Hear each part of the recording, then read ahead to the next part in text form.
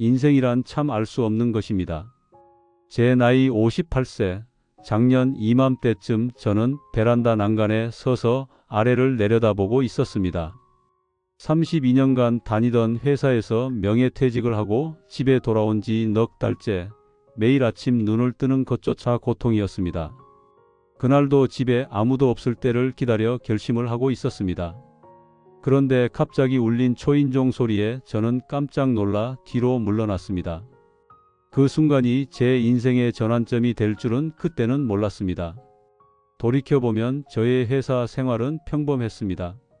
지방의 작은 도시에서 태어나 대학을 졸업하고 지역의 중견기업에 입사했습니다. 생산관리팀에서 시작해 30년이 넘는 세월을 한 회사에서 보냈습니다. 과장, 차장, 부장으로 승진하며 나름대로 성실하게 살아왔다고 자부했습니다. 결혼해서 아내와 두 아이를 키우며 주택 대출금을 갚고 아이들 대학 등록금을 내는 평범한 가장의 삶이었습니다. 매일 아침 같은 시간에 일어나 같은 기차를 타고 출근하는 일상이 때로는 지루하게 느껴질 때도 있었지만 그것이 얼마나 소중한 것인지는 그것을 잃고 나서야 깨달았습니다. 문제는 3년 전부터 시작되었습니다. 회사가 경영난을 겪기 시작했고 구조조정의 바람이 불었습니다. 젊은 임원들이 새로 들어오면서 회사의 분위기도 급격히 바뀌었습니다. 혁신과 효율이라는 이름 아래 오랫동안 회사를 지켜온 중년 직원들은 점점 설 자리를 잃어갔습니다.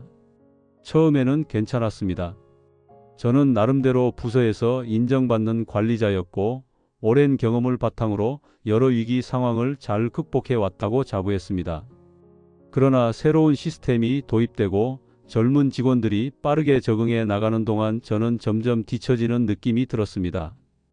회의 시간에 제 의견은 점점 무시되기 시작했고 한때 저를 따르던 팀원들도 새로운 관리 체계에 맞춰 변해갔습니다. 퇴근 후 혼자 남아 새로운 시스템 사용법을 익히던 기억이 납니다. 남들에게 물어보기는 자존심이 상했고 집에 가서는 아내에게 티를 내고 싶지 않아 괜찮은 척했습니다. 그렇게 2년을 버티던 중 결국 명예퇴직 신청서가 제 책상에 놓였습니다. 회사를 위해 용퇴해 주십시오. 라는 인사팀장의 말이 아직도 귓가에 생생합니다. 32년이라는 세월이 단 한 장의 서류로 정리될 수 있다는 사실이 믿기지 않았습니다. 퇴직 당일 몇몇 가까운 동료들과 조촐한 송별회를 가졌습니다. 오랫동안 함께 일했던 후배들이 진심 어린 감사의 말을 전해줬지만 그것이 위로가 되기보다는 더 큰 상실감으로 다가왔습니다.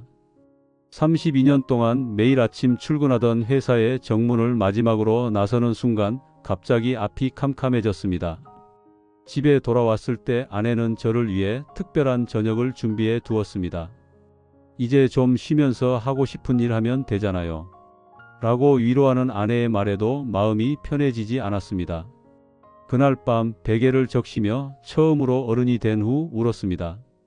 퇴직 후 첫 한 달은 그래도 괜찮았습니다.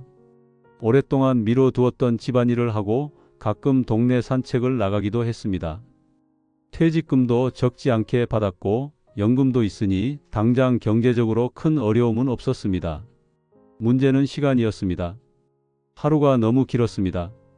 아침에 일어나 신문을 보고 TV를 보다가 점심을 먹고 또 TV를 보고 이런 생활이 반복되면서 점점 우울해지기 시작했습니다. 가끔 전화에 오는 옛 동료들의 이야기를 들으며 회사의 변화된 모습을 전해 들을 때면 더욱 소외감을 느꼈습니다. 2달째 되던 날 아내가 취미 생활을 권유했습니다. 골프나 등산 같은 것을 시작해 보라고요. 그러나 저는 의욕이 없었습니다.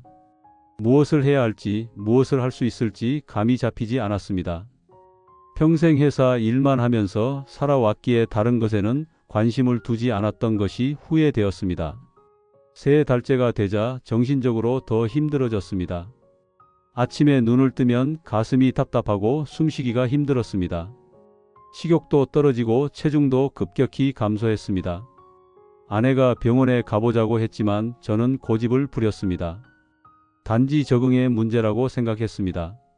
그러던 어느 날 평소 친하게 지내던 함께 퇴직한 동료가 갑자기 세상을 떠났다는 소식을 들었습니다. 심장마비였다고 했지만 주변에서는 퇴직 후 우울증으로 인한 자살이 아니냐는 이야기가 돌았습니다. 그 소식을 들은 날 밤 저는 처음으로 극단적인 생각을 하게 되었습니다. 나는 이제 쓸모없는 사람이 되었구나. 이런 생각이 머릿속을 맴돌았습니다. 32년간 일해온 회사에서도 더 이상 필요하지 않은 사람, 이제는 가족에게도 짐이 될 뿐이라고 생각했습니다. 보험금이라도 남기고 가는 것이 가족들에게 도움이 되지 않을까 하는 생각까지 들었습니다. 그렇게 넉 달째 되던 날, 집에 아무도 없을 때 베란다 난간에 올라섰습니다. 아래를 내려다보며 이제 모든 고통에서 벗어날 수 있다고 생각했습니다. 그때 갑자기 초인종이 울렸고 깜짝 놀라 뒤로 물러났습니다. 문을 열어보니 옆집에 새로 이사 온 노부부였습니다. 인사도 제대로 못 드렸다며 작은 선물을 들고 방문한 것이었습니다. 저는 황급히 감정을 추스르고 그들을 맞이했습니다. 그렇게 시작된 대화가 제 인생을 바꾸게 될 줄은 상상도 못했습니다. 옆집 노인분은 70세의 김 선생님이었습니다. 그분 역시 큰 회사에서 정년퇴직 후 10년이 넘는 시간을 보낸 분이었습니다.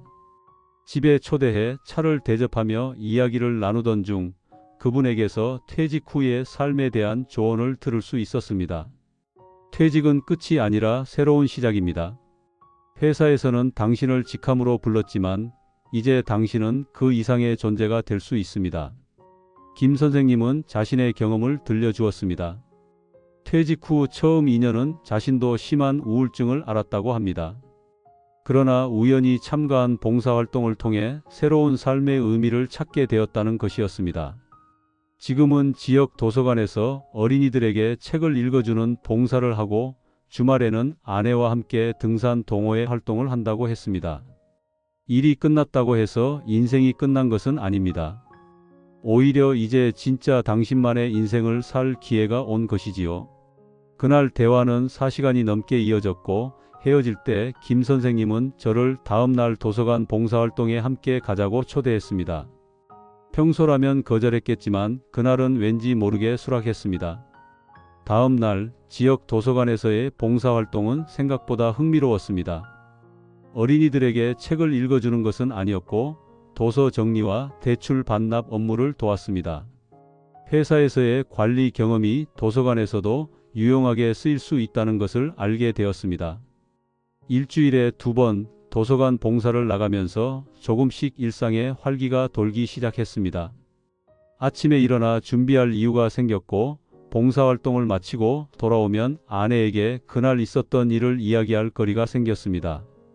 한 달 후 도서관장님이 저에게 제안을 했습니다. 도서관에서 중장년층을 위한 디지털 교육 프로그램을 시작하려 하는데 제가 진행해 보면 어떻겠냐는 것이었습니다. 회사에서 새로운 시스템에 적응하느라 고생했던 경험이 오히려 비슷한 어려움을 겪는 다른 중장년층을 이해하는 데 도움이 될 것이라고 하셨습니다. 처음에는 자신이 없었습니다. 제가 가르칠 만큼 디지털 기기에 능숙하지도 않았고 사람들 앞에서 무언가를 가르쳐 본 경험도 없었습니다. 그러나 도서관장님의 격려와 김 선생님의 응원에 힘입어 도전해 보기로 했습니다.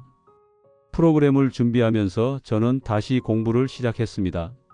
스마트폰 활용법, 인터넷 뱅킹, SNS 사용법 등 중장년층이 어려워하는 디지털 영역을 직접 배우고 정리했습니다.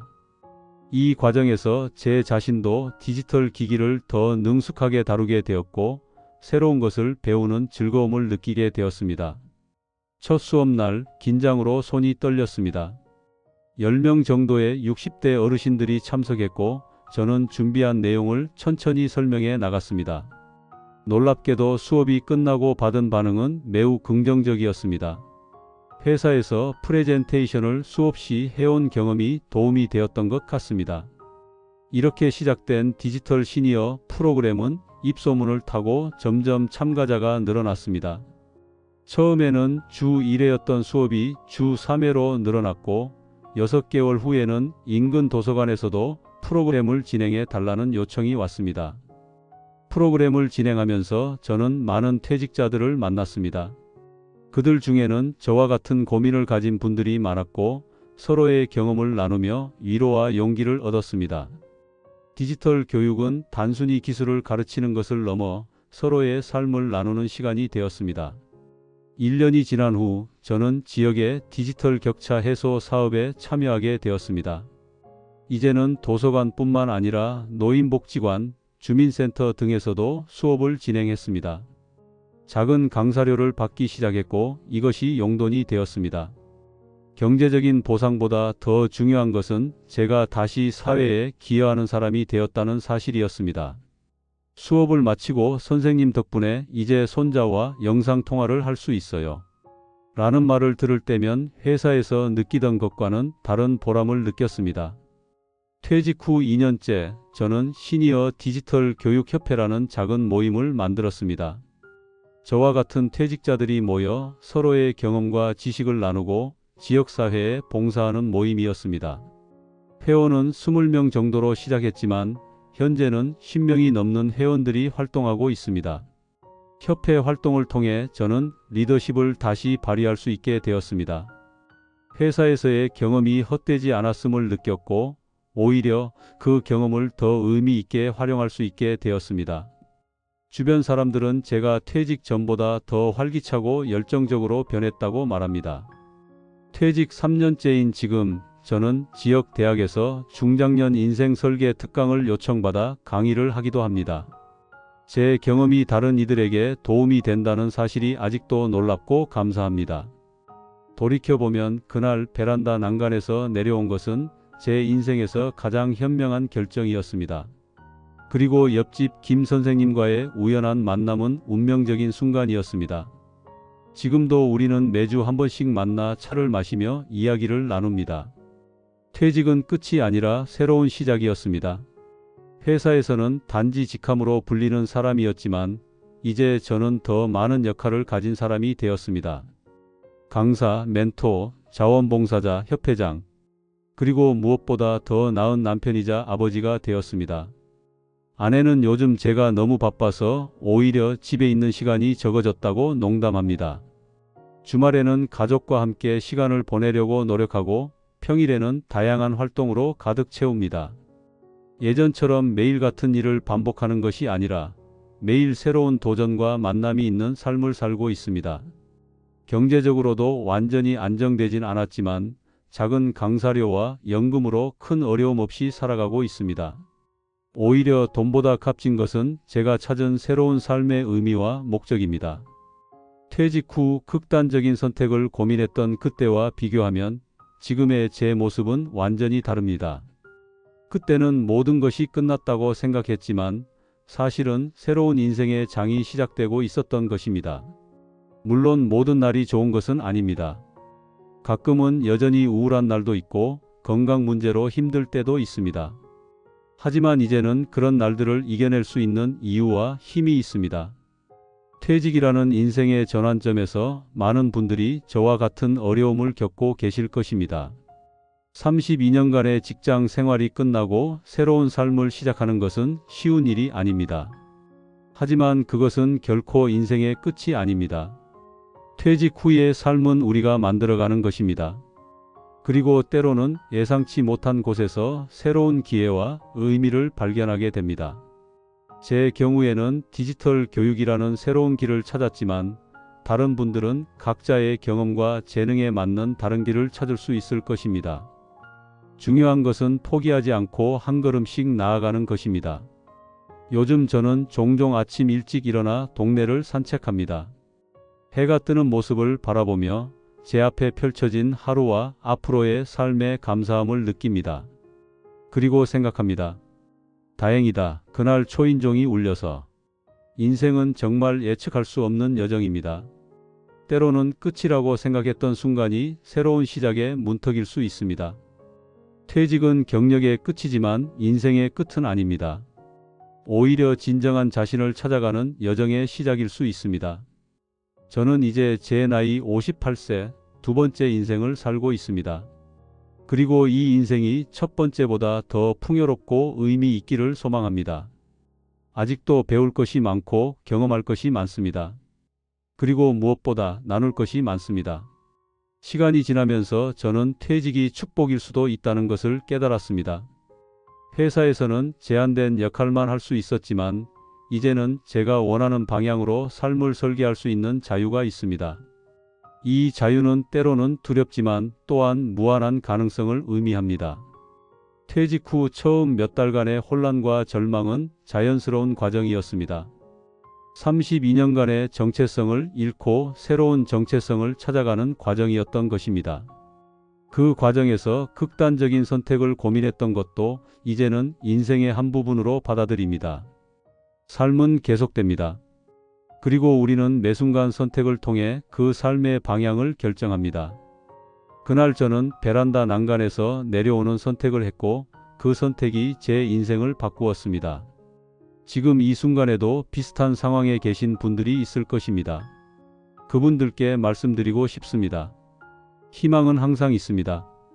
때로는 그 희망이 문 밖에서 초인종을 누르고 있을 수도 있습니다.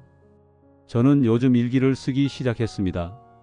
매일 밤 그날 있었던 일, 만난 사람들, 느낀 감정들을 기록합니다.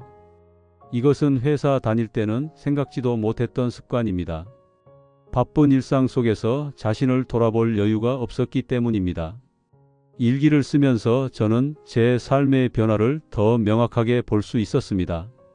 퇴직 직후의 절망적인 기록들부터 점점 희망을 찾아가는 과정, 그리고 지금의 충만한 일상까지. 이 모든 것이 단 3년 만에 일어난 변화라는 사실이 놀랍습니다. 디지털 교육을 시작한 이후 저는 계속해서 새로운 기술을 배우고 있습니다. 이러한 활동들은 제게 지속적인 학습의 기회를 제공합니다. 회사에서는 업무에 필요한 것만 배웠다면 이제는 제가 관심 있는 모든 것을 배울 수 있는 자유가 있습니다. 이것은 퇴직이 가져다 준 또 하나의 선물입니다. 건강 관리에도 더 신경을 쓰게 되었습니다. 매일 아침 산책은 이제 일과가 되었고 주 3회는 근처 수영장에서 수영을 합니다. 회사 다닐 때는 항상 시간이 없다는 핑계로 미루던 건강 관리를 이제는 충실히 하고 있습니다. 식습관도 개선했습니다. 아내와 함께 건강한 식단을 연구하고 가끔은 새로운 요리에 도전하기도 합니다. 회사 다닐 때는 늘 외식이나 빠른 식사로 끼니를 해결했지만 이제는 음식을 준비하고 즐기는 과정 자체가 삶의 즐거움이 되었습니다. 자녀들과의 관계도 더 깊어졌습니다. 바쁜 회사 생활 중에는 충분한 시간을 내지 못했지만 이제는 그들의 이야기를 더 많이 듣고 공유할 수 있게 되었습니다. 특히 최근에는 첫째가 직장에서 겪는 어려움에 대해 조언을 구했는데 제 경험이 도움이 될 수 있어 기뻤습니다. 아내와의 관계도 새롭게 정립되었습니다. 퇴직 초기에는 갑자기 늘어난 집에서의 시간이 서로에게 적응하기 어려웠습니다. 하지만 이제는 각자의 공간과 시간을 존중하면서도 함께하는 시간의 질을 높이는 방법을 찾았습니다. 주말 여행이나 문화생활을 함께 즐기는 시간이 늘어났고 서로에 대한 이해도 깊어졌습니다. 경제적인 면에서도 적응해 나가고 있습니다. 퇴직금과 연금으로 기본적인 생활은 가능하지만 미래를 위한 재정 계획을 더 꼼꼼히 세우게 되었습니다. 강사 활동으로 얻는 수입은 많지 않지만 소소한 경제적 도움이 되고 있습니다. 무엇보다 돈을 바라보는 관점이 바뀌었습니다. 이제는 돈이 목적이 아니라 삶을 풍요롭게 하는 수단일 뿐이라는 것을 깨달았습니다. 인간관계도 변화했습니다. 회사에서의 인맥은 자연스럽게 줄어들었지만 봉사활동과 교육활동을 통해 새로운 관계가 형성되었습니다. 이전의 관계가 직장이라는 공통분모 위에 형성된 것이었다면 지금의 관계는 진정한 관심과 공감대를 바탕으로 하고 있습니다. 퇴직 4년 차가 되는 올해 저는 지역 사회복지관에서 제2인생 설계 코칭 프로그램을 시작할 예정입니다. 제 경험을 바탕으로 퇴직을 앞두고 있거나 최근에 퇴직한 분들에게 조언과 지원을 제공하는 프로그램입니다. 이 일은 제게 또 다른 도전이자 보람찬 기회가 될 것입니다. 돌이켜보면 퇴직은 제 인생에서 가장 힘든 위기였지만 동시에 가장 값진 전환점이 되었습니다. 그 과정에서 저는 진정한 제 자신을 발견했고 회사라는 틀에 갇혀 있던 가능성을 펼칠 수 있게 되었습니다. 베란다 난간에 서 있던 그날, 만약 초인종이 울리지 않았다면 어떻게 되었을까 생각하면 아직도 등골이 오싹해집니다. 그 작은 우연이 제 인생의 방향을 완전히 바꾸어 놓았습니다. 그리고 저는 그 변화에 감사합니다. 인생은 예측할 수 없는 여정입니다. 때로는 가장 어두운 순간이 새로운 빛의 시작점이 될 수 있습니다. 퇴직이라는 끝에서 저는 새로운 시작을 발견했고 그 시작은 생각보다 훨씬 더 풍요롭고 의미 있는 것이었습니다. 지금의 저는 이전보다 더 건강하고 더 행복하며 더 의미 있는 삶을 살고 있습니다. 물론 여전히 해결해야 할 문제들이 있고 앞으로도 새로운 도전들이 기다리고 있을 것입니다. 하지만 이제는 그 모든 것을 마주할 수 있는 자신감과 지혜가 있습니다. 매일 아침 눈을 뜨는 것이 고통이었던 그때와 달리 이제는 하루의 시작이 기대됩니다. 오늘은 어떤 새로운 만남과 경험이 기다리고 있을까? 어떤 배움과 성장이 있을까? 이런 기대와 설렘으로 하루를 시작합니다. 인생의 황혼기라고 생각했던 시간이 오히려 새로운 여명이 되었습니다. 58세, 아직도 배울 것이 많고 나눌 것이 많고 경험할 것이 많은 나이입니다. 그리고 저는 이 여정의 매 순간을 소중히 여기며 살아가고 있습니다. 퇴직 후 극단적 선택까지 고민했던 그때의 저에게 지금의 모습을 보여줄 수 있다면 어떨까요? 아마도 믿지 못할 것입니다. 그만큼 제 삶은 완전히 달라졌습니다. 그리고 이 변화는 단 하나의 결정, 포기하지 않기로 한 결정에서 시작되었습니다. 인생의 어떤 순간에서도 희망은 존재합니다.